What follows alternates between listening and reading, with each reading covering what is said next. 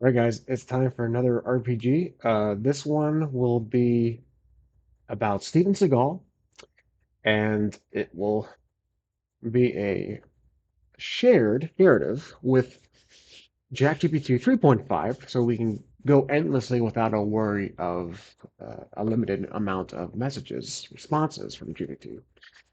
Now, as you see, the name of the character is Stephen Dungeon Crawl, and we will be able to speak to our co-host for this narrative and we will hear the co-host's responses to the story. So let's go ahead and begin.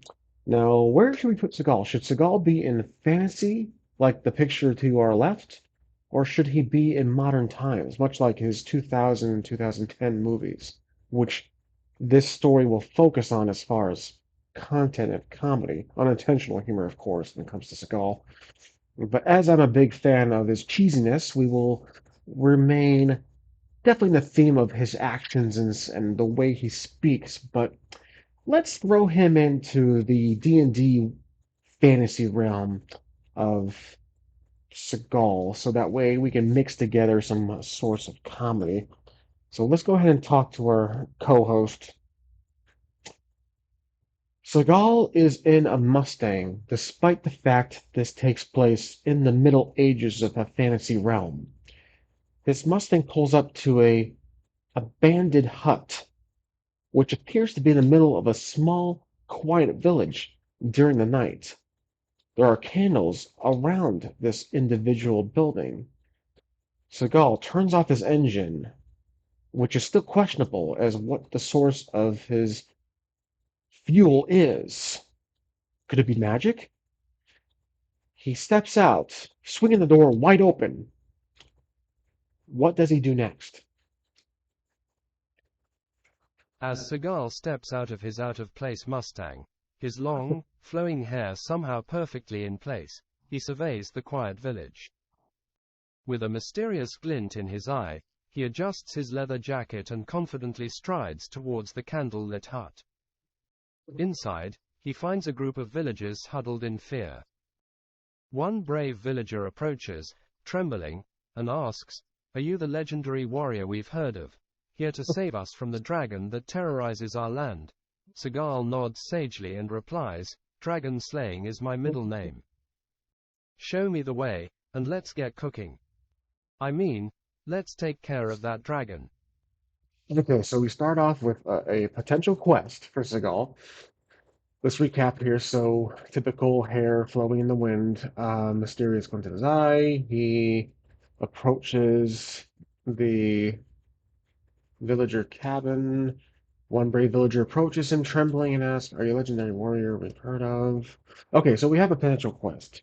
All right, so let's see. As Seagal speaks to the villagers, a explosion occurs off camera, surprising the boom mic operator as he quickly rearranges himself and focuses the microphone on Seagal. Seagal turns around, adjusting his sunglasses in darkness. He sees the explosion. There appears to be a gang of bandits surrounding his Mustang that just caught up in flames. What does he do next? With a nonchalant flick of his wrist, Seagal tosses his sunglasses to the ground, Oh causing them no. to explode into a dazzling display of sparks and glitter. The villagers gasp in amazement, and even the gang of Vegas thugs pause for a moment in awe. Not Vegas thugs, whatever. Seagal then cracks his knuckles and says to the gang leader, "Boys, you just made a big mistake. No one messes with my Mustang and gets away with it." With lightning-fast moves, he takes out the gang one by one, using his signature martial arts techniques and over-the-top action sequences. Meanwhile, the villagers cheer him on, and the boom mic operator manages to capture every punch and kick for the dramatic soundtrack. All right. Okay.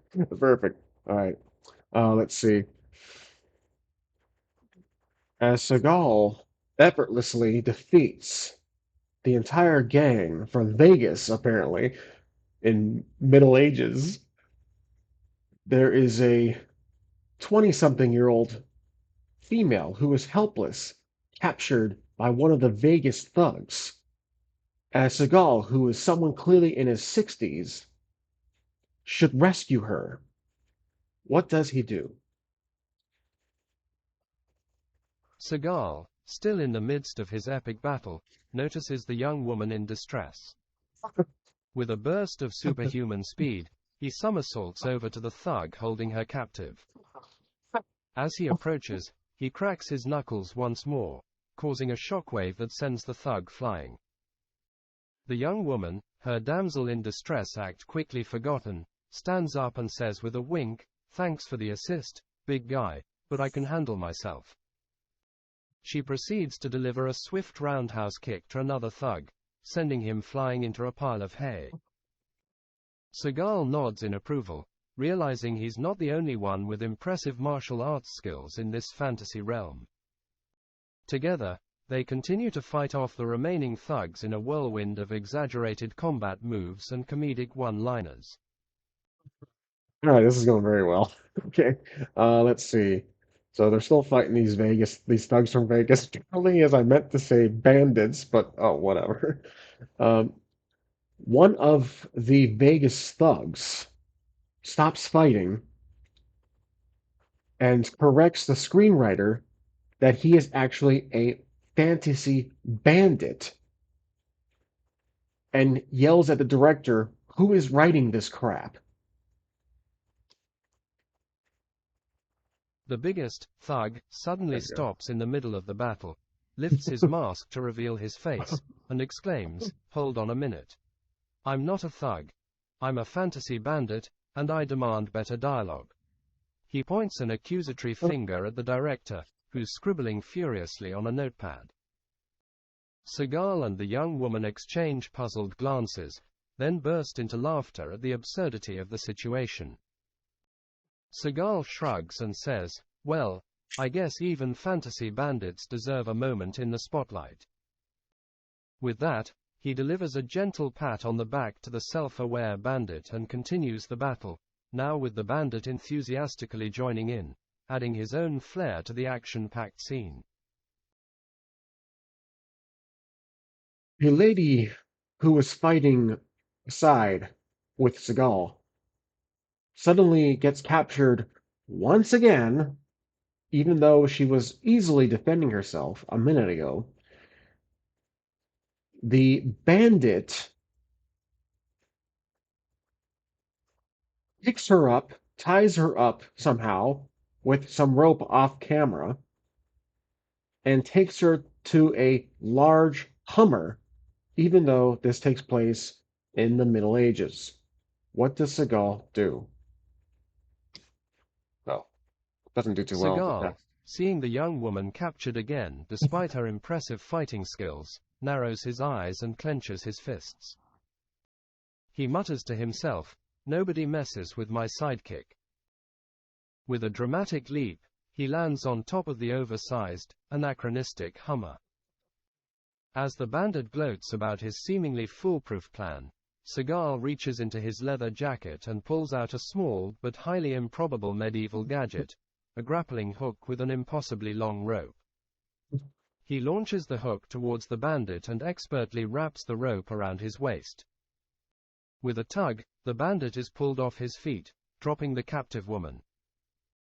Seagal swoops down to rescue her, and together, they give the bandit a taste of his own medicine, leaving him tied up and bewildered as they make their triumphant escape in the fantasy realm's most bewildering vehicle, the Hummer. As they are in the Hummer, the green screen in the rear window goes out, and now we can now see the green screen itself. Seagal is unfazed by this production issue. Seagal, never one to be thrown off by production glitches, coolly glances at the malfunctioning green screen in the rear window. With a sly grin, he quips, "Looks like someone forgot to pay the fantasy realm's CGI bill." He then reaches over and yanks down the green screen, revealing the crew and cameras behind it. The crew members scramble in surprise, but Seagal isn't bothered. He turns to the young woman and says, "Hang on tight, we're breaking the fourth wall." With that, the Hummer crashes through the imaginary barrier, sending crew members and camera equipment flying as they drive off into the fantasy realm, ready for the next outrageous adventure.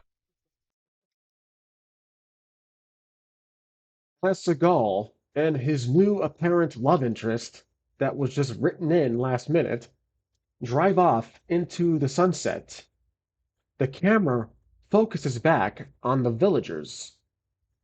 Suddenly, a general of the Navy randomly steps into frame with sunglasses on. He takes them off and says, "Seagal, what have you done?" As the camera focuses on the bewildered villagers, a Navy general, complete with a naval uniform and aviator sunglasses, unexpectedly steps into the frame. He dramatically removes his shades and delivers his line with deadpan seriousness. "So, now what have you done?" The villagers exchange puzzled looks, and one of them mutters, "I thought we were in a fantasy realm, not the Navy."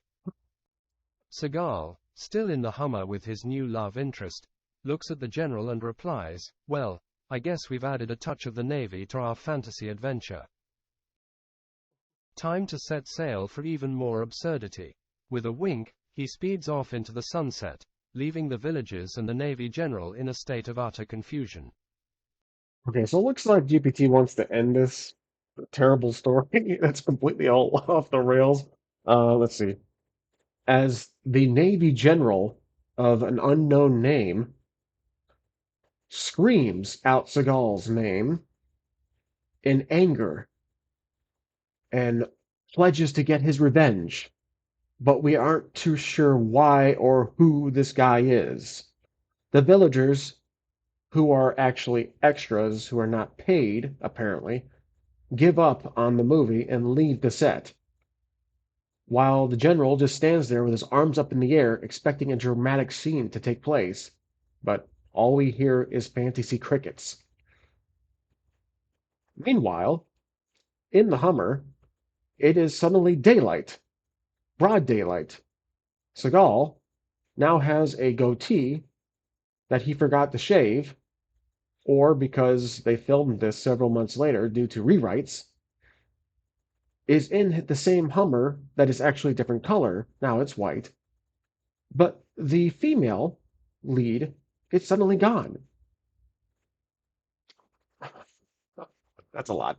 In the midst of the Navy general's dramatic proclamation, the villagers, who are actually unpaid extras, decide they've had enough of this unpredictable film and walk off the set, leaving the general to shout his anger at the empty village square, accompanied only by the sound of fantasy crickets.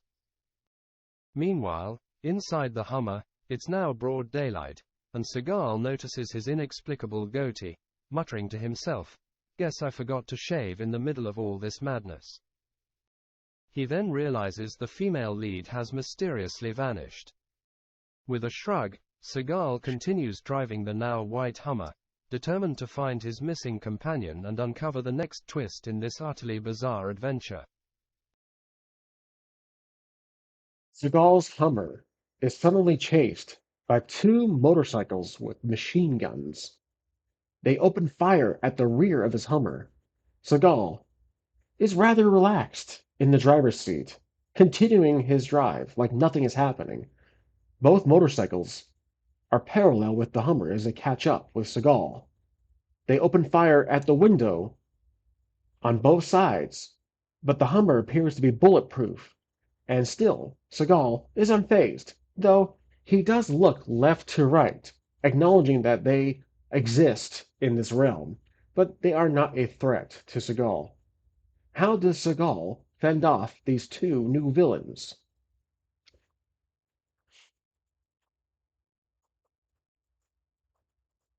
As the motorcycles with machine guns continue their relentless chase and riddle the Hummer's windows with bullets, Seagal remains remarkably composed. He casually reaches into the glove compartment and pulls out a medieval turkey leg, taking a leisurely bite as if he's on a picnic. With a smirk, he tosses the half-eaten turkey leg out the window, and it inexplicably transforms into a giant roasted turkey that crashes into one of the motorcycles, causing it to skid out of control. Seagal then opens the sunroof and leaps onto the roof of the Hummer with cat-like agility. From there, he gracefully somersaults onto the remaining motorcycle, sending the second villain soaring through the air, shouting in surprise. With both motorcycles defeated, Seagal calmly climbs back into the Hummer and continues his drive, unfazed by the chaos unfolding around him, all while enjoying his newfound turkey dinner. That was great. I love that. That was by far the best response for this story. Okay, so I have an idea for the next one. While Seagal is somehow back in the driver's seat, he notices that the director places a picture of his now deceased wife from his past. The picture is stuffed into the AC vent. He takes the picture and looks at it. Does Seagal convey any emotion? Seagal, known for his stoic demeanor in the face of chaos, looks at the picture of his deceased wife with a subtle, wistful smile. His eyes reveal a glimmer of emotion as he remembers the love he once had in this exaggerated parody of a movie, but he quickly tucks the picture back into the AC vent. With a determined expression, he tightens his grip on the steering wheel and mutters to himself, "This adventure isn't over yet. I've got a dragon to slay and a fantasy realm to save." And with that, he accelerates the Hummer toward the next absurd twist in this cinematic rollercoaster. As Seagal grips the wheel with tensity, he remembers his past. His old partner from the Special Forces FBI FCC division. They were fighting this dragon that Seagal is after. It was a drug deal gone bad. Seagal was undercover with his partner of unknown name. Goblins were looking to trade for drugs, but the deal went south. They opened fire with their magical guns, and killing his partner, Seagal has since hoped for revenge. That's all I can do. I'm not lost. We'll see what happens. Seagal's grip on the wheel tightens even further as he recalls his past in the Special Forces FBI FCC division. The memories of the ill-fated drug deal gone wrong, his partner's untimely demise, and the relentless pursuit of revenge flood his mind. He mutters to himself, "That dragon took everything from me. It's time to settle the score." With renewed determination, he accelerates the Hummer, knowing that the dragon awaits, and this time, he won't be stopped. The quest for revenge takes center stage in this over-the-top adventure in the fantasy realm, as Seagal's past fuels his every move.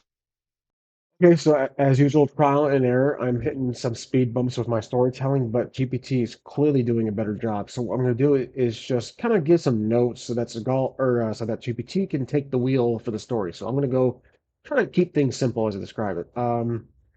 Seagal pulls up to a bridge that is heavily guarded by some goblins that might be in the same gang as this Dragon Lord. What does he do in his Hummer? Seagal brings the white Hummer to a screeching halt in front of the heavily guarded bridge, where a group of menacing goblins stands in his way. He leans out of the window, his signature leather jacket billowing in the wind, and flashes a cocky grin. With a twinkle in his eye, he reaches into the Hummer's glove compartment and pulls out a bag of goblin-sized marshmallows. He tosses them toward the goblins, who stare in amazement as the marshmallows transform into fluffy, pink bunnies. The goblins, utterly bewildered by this unexpected turn of events, drop their weapons and begin chasing after the marshmallow bunnies, leaving Seagal free to continue his quest to confront the Dragon Lord. Now it's Dragon Lords. That way it's just like it's more believable. It's not just a full-on big dragon wearing a leather coat and sunglasses, but like just a Dragon Lord humanoid character. Okay, so with a surprisingly peaceful resolution to that potential threat with the goblins, Seagal drives on the bridge. Suddenly there is an explosion. The Hummer collapses into a river. Seagal is somehow on the bridge still. How did he make it out of the explosion, and who caused the explosion? As the Hummer drives peacefully across the bridge, a sudden explosion rocks the vehicle, causing it to collapse into the river below. In an almost miraculous twist, Seagal is seen standing unscathed on the bridge's edge, his leather jacket miraculously untouched by the explosion. The culprit behind the explosion is none other than the Navy general from earlier, who has somehow tracked Seagal down and decided to take matters into his own hands. With a wicked grin, the general steps into the scene, looking rather pleased with himself. Seagal, now dripping wet, but still unruffled, raises an eyebrow and says, "You again? Well, I hope you brought your swim trunks, because things are about to get even more explosive." And with that, a new Okay, round of absurd action begins as Seagal and the Navy general face off once more. let's see. Seagal, using his detective prowess, connects the dots that the general of the Navy betrayed his country of either the United States or Russia because Seagal loves Russia apparently, and joined the Dragon Lord's gang of goblins. What does Seagal do with this revelation? With his detective prowess, Seagal connects the dots and realizes that the Navy general had indeed betrayed his country and joined forces with the Dragon Lord's gang of goblins. His love for Russia burns even stronger as he uncovers this shocking betrayal. Seagal turns to the general with a mix of disappointment and determination. He says, "You were supposed to protect our nation, not join the likes of these goblins and dragons. You've crossed a line, and now it's time for me to set things right." With that, Seagal Um, launches into an epic monologue about loyalty, duty, and the true meaning of justice. It's a scene filled with over-the-top melodrama, complete with dramatic pauses and intense close-ups, as Seagal prepares to confront the general and bring him to justice. right. I like this. All right, so we have a story now. Like we have a general story now. Like what's Seagal supposed to do? Avenge his either partners or wife death. So we're getting mixed results here. Let's see. The general explains that his country didn't pay him enough, and that the Dragon Lords gave him plenty of money and promises of royalty and women.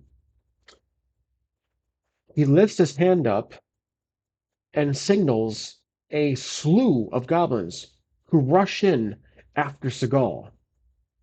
What does Seagal do to defend himself against a dozen or even more goblins as the general just watches there, laughing maniacally?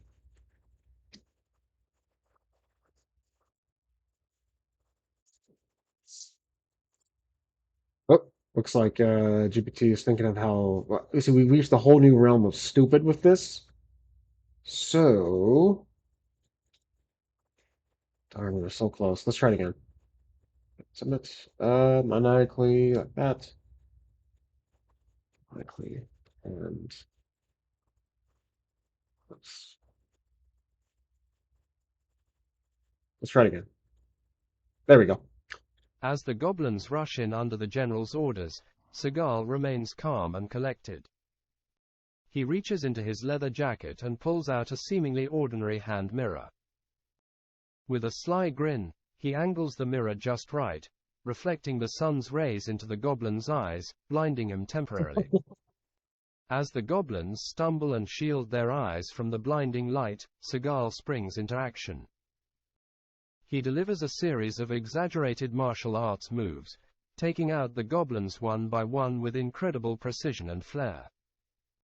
Each punch and kick is accompanied by over-the-top sound effects and slow-motion shots. The general's maniacal laughter turns to shock as he watches his goblin minions fall in defeat.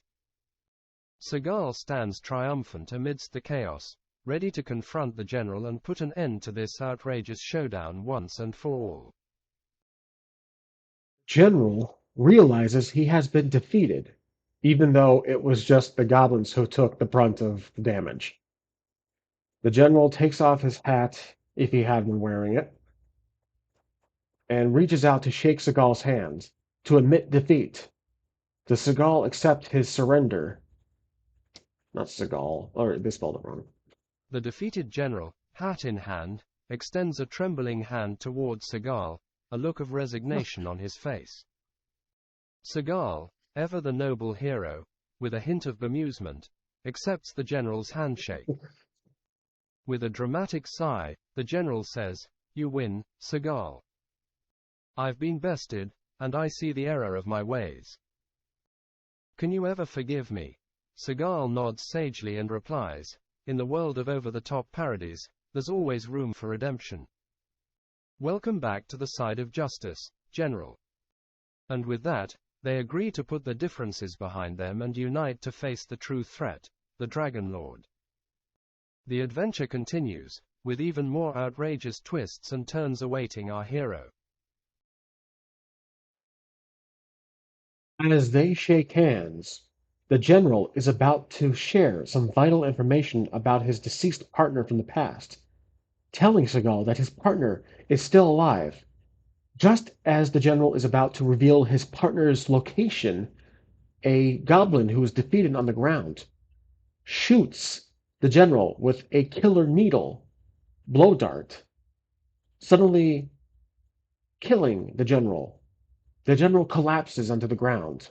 Seagal stands and sees his old friend, previously a foe, dying.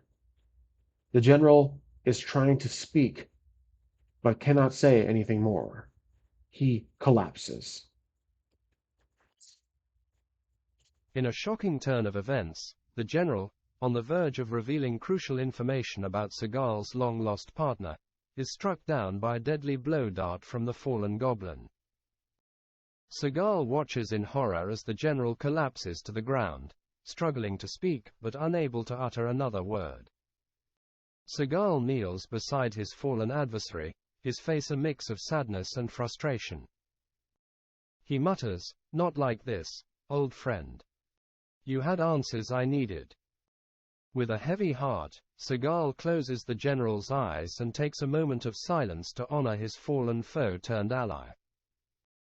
The adventure has taken an unexpected and somber turn, but Seagal remains determined to uncover the truth about his partner and bring the Dragon Lord to justice.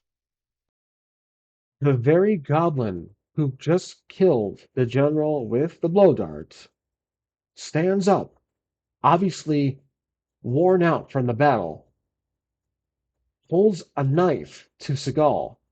Seagal stands and stares down the goblin.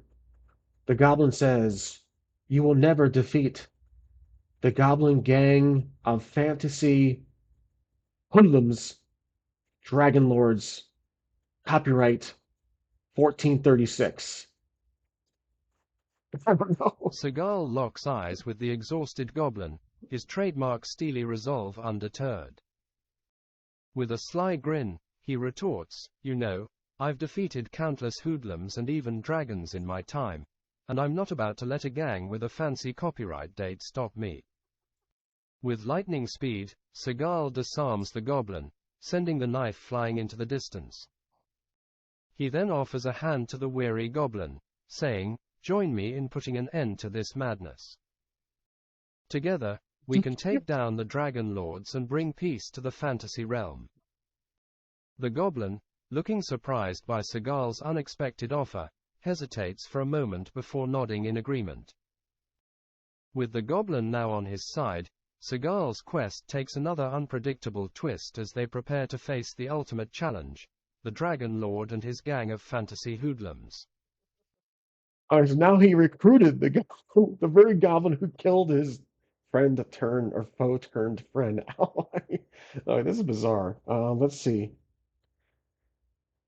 As Seagal peacefully recruits the goblin, he sees a castle reveal itself at the very end of the bridge they were on.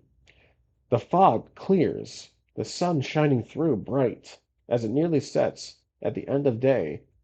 Losing track of time, Seagal insists they should continue on. The goblin follows right behind him. They walk seriously towards the castle. As they get closer to the entrance of the castle bridge, they hear Super Mario music for some reason. As they approach the castle, the sun casting a golden glow over the scene, Seagal and the newly recruited goblin continue on their path with determination.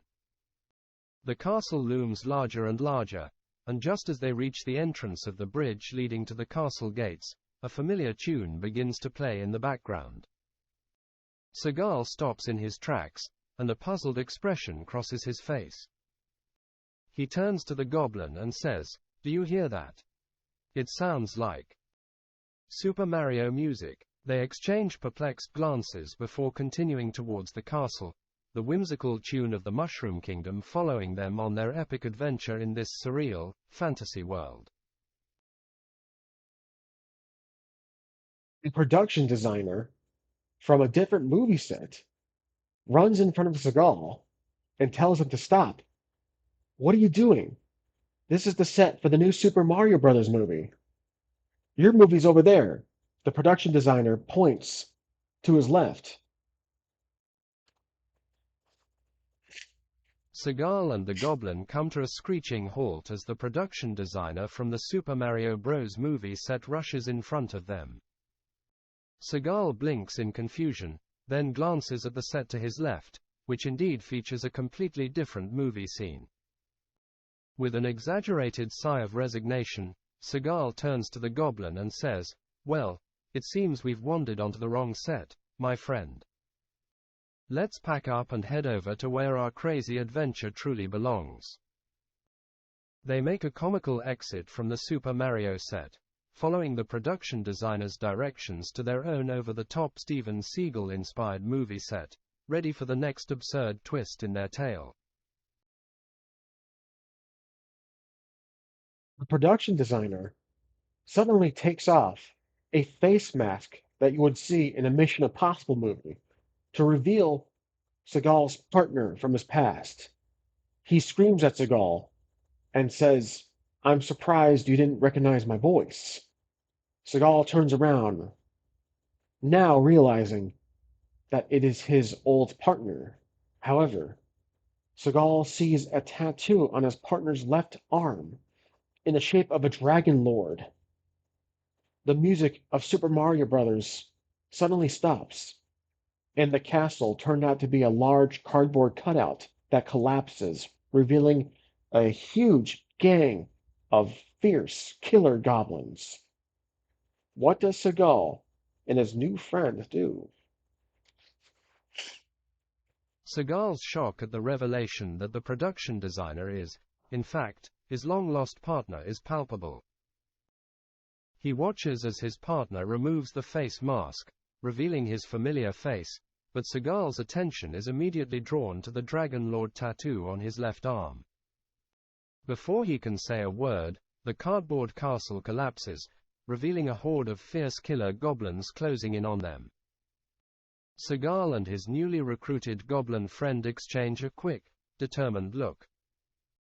Seagal barks, "We've got to fight our way out of this, partner."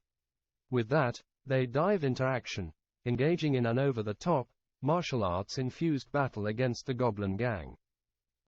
Seagal's partner, torn between loyalty to the gang and his past friendship with Seagal, struggles with his decision as they fend off the attackers together in this chaotic and absurd showdown. Seagal approaches his old partner with a serious expression, a look of disappointment and surprise. In the background, Seagal's friendly goblin sidekick somehow manages to fend off an entire army of other goblins, though that doesn't matter at the moment. What does Seagal do with his partner that has a gun pointed to Seagal's face, only inches away? Whoops. Seagal approaches his old partner, the disappointment and surprise evident in his eyes. He speaks in a low, stern voice. I never thought I'd see the day when you'd betray everything we stood for. The partner hesitates, torn between his loyalty to the Goblin Gang and his history with Seagal. As Seagal's friendly goblin sidekick continues to fend off the relentless army of goblins in the background, the partner finally lowers his gun and steps back.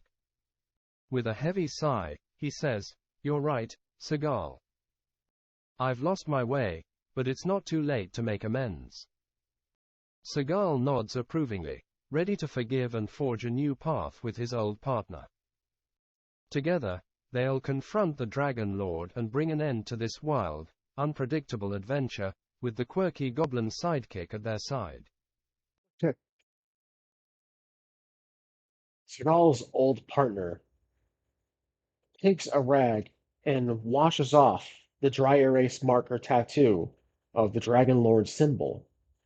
The goblin ally single-handedly defeated an army of killer goblins with no explanation whatsoever. The goblin ally approaches Seagal and his partner. Now, the three stand face to face, questioning what they should do next. As the old partner takes a rag and wipes away the dry erase marker tattoo of the Dragon Lord symbol, symbolizing his break from the gang, the goblin ally approaches, having single-handedly defeated the army of killer goblins in a mysterious, unexplained manner. The three of them now stand face to face, uncertainty in their eyes, pondering their next move. Seagal breaks the silence, saying, "We've got to confront the Dragon Lord and put an end to his reign of terror once and for all. But we'll need a plan, and we'll need to stick together." The old partner nods in agreement, regret still evident in his expression, while the goblin ally simply shrugs and grins, ready for the next outrageous twist in this comedic adventure. Together, they set off towards the ultimate showdown, prepared for whatever absurdity the fantasy realm has in store for them. And so, similarly, several military helicopters appear in the sky. They land, surrounding Seagal and his friends. The very same general from earlier exits one of the helicopters, surprising Seagal. The general walks up to Seagal and says, "I see you killed my twin brother. Welcome to the team." Seagal, his old partner, and the goblin ally are taken aback as the military helicopters land around them. The shock intensifies when the very same general from earlier emerges from one of the helicopters. The general approaches Seagal, his demeanor surprisingly calm. He delivers the unexpected revelation with a sly grin, "I see you killed my twin brother. Welcome to the team." Seagal blinks in disbelief, then breaks into a wry smile.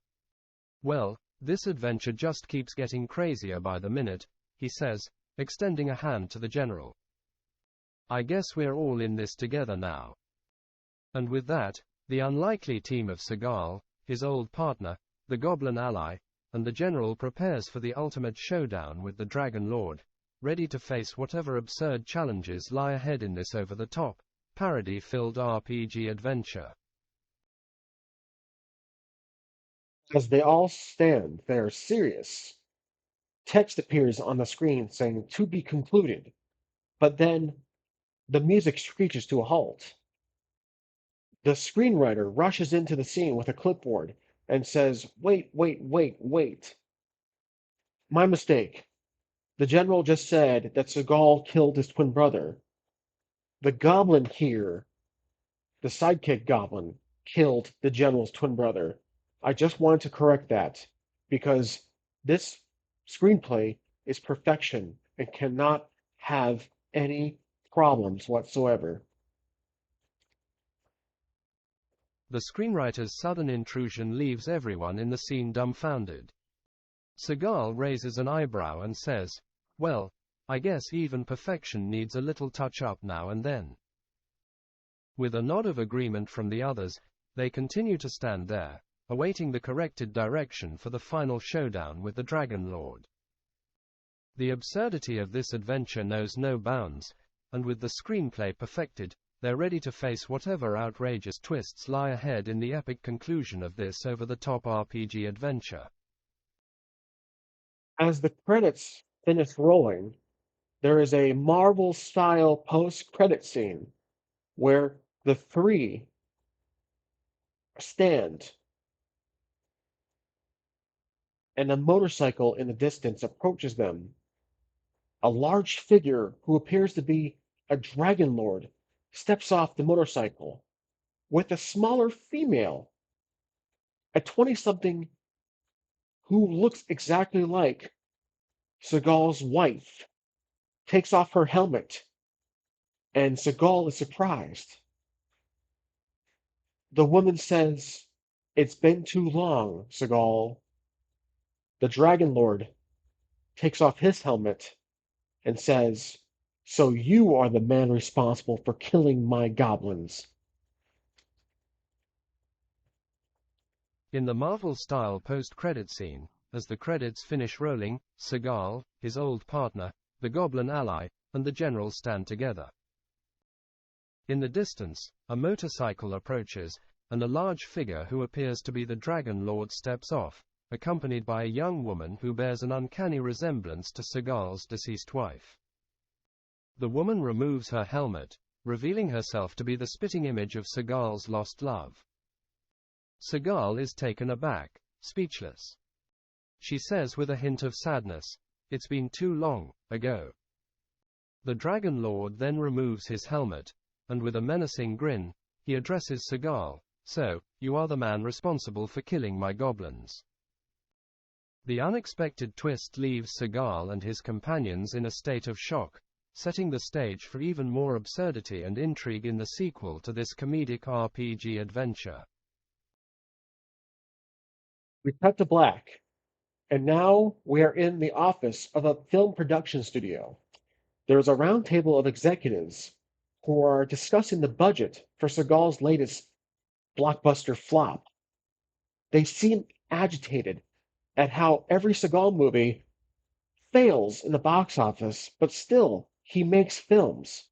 The top executive stands up and says what?